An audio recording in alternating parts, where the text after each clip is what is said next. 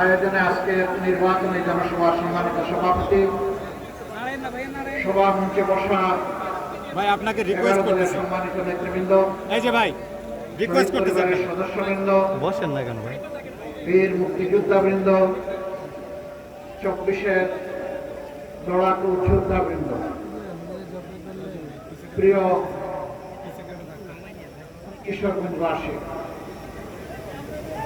এই জেলাটি নানা বৈচিত্র্যে সমৃদ্ধ। এই জেলার মানুষ স্বভাবগতভাবে ধর্মপ্রাণ, কিন্তু তারা অন্যান্য ধর্মের সাথেও চমৎকার সম্পর্ক রক্ষা করে চলেন। এটি ধর্মের সৌন্দর্য। আমরা দেশটাকে সব ধর্ম দিয়ে ইনশাআল্লাহ ফুলের বাগানের মতো সাজাবো ইনশাআল্লাহ। আমরা আমাদের প্রিয় জাতিকে আর ভাগ টুকরা টুকরা করতে কাউকে সুযোগ দেব না। অতীতের কাসম শেষ, ওগুলা জনগণ এখন শুনতে চায় না। ওগুলা শুনিয়ে শুনিয়ে জনগণকে ঘুম পাড়িয়ে রেখে জনগণের কপাল কিসমতে যারা হাইজ্যাক করেছে, লুণ্ঠন করেছে, তাদের জায়গা বাংলাদেশে আর হবে না।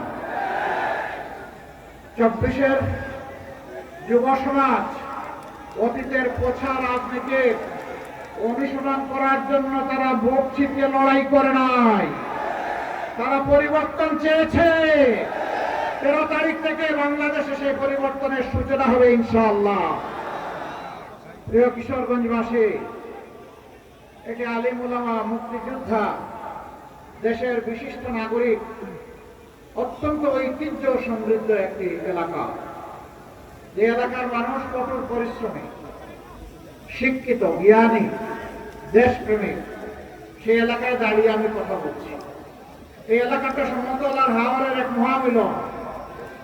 22-এর বন্যায় আমার আসার এখানে সুযোগ হয়েছিল, গ্রামে গ্রামে একটু দিয়েছিলাম।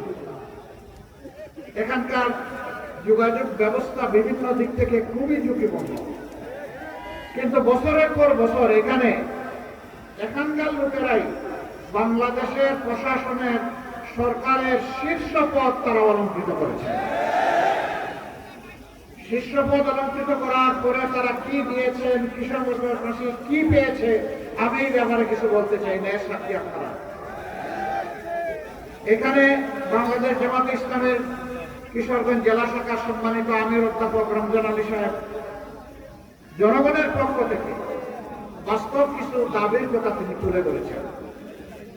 আমি আপনাদেরকে সাক্ষী রেখে ঘোষণা করছি, কিশোরগঞ্জের 6টি আসন বাংলাদেশের সকল জায়গার মতো মহান আল্লাহর উপর ভরসা করে আগামীর একটি দুর্নীতিমুক্ত, চাঁদাবাজ মুক্ত, আগামীর একটি মামলাবাজ মুক্ত, আগামীর একটি শোষণ মুক্ত, বৈষম্য মুক্ত, পারিবারিক দাপট এবং জমিদারি মুক্ত একটি বাংলাদেশ গড়ার জন্য আপনারা মেহেরবানি করে আমাদেরকে আপনাদের দোয়া, ভালোবাসা এবং পবিত্র বুক তোলার আমানত আমাদেরকে দিন।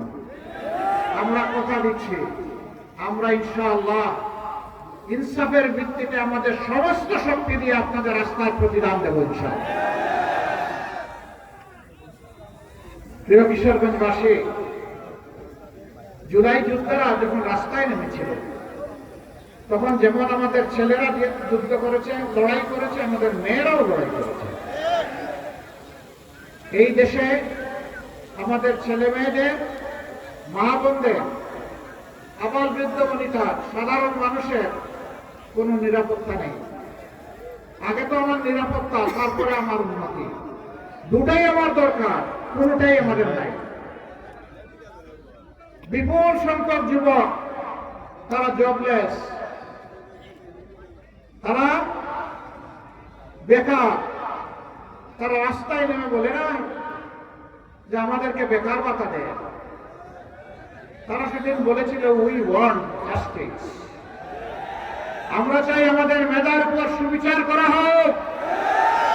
কোন মামু খালুন লাল টেলিফোনে অথবা অ্যান্ড্রয়েড মোবাইলের টেলিফোনে কোন রাজনৈতিক প্রভাবে আমার কপাল যেন চূড়াবালিতে হারিয়ে না যায়, আমার কপাল আমাকে দিতে হবে।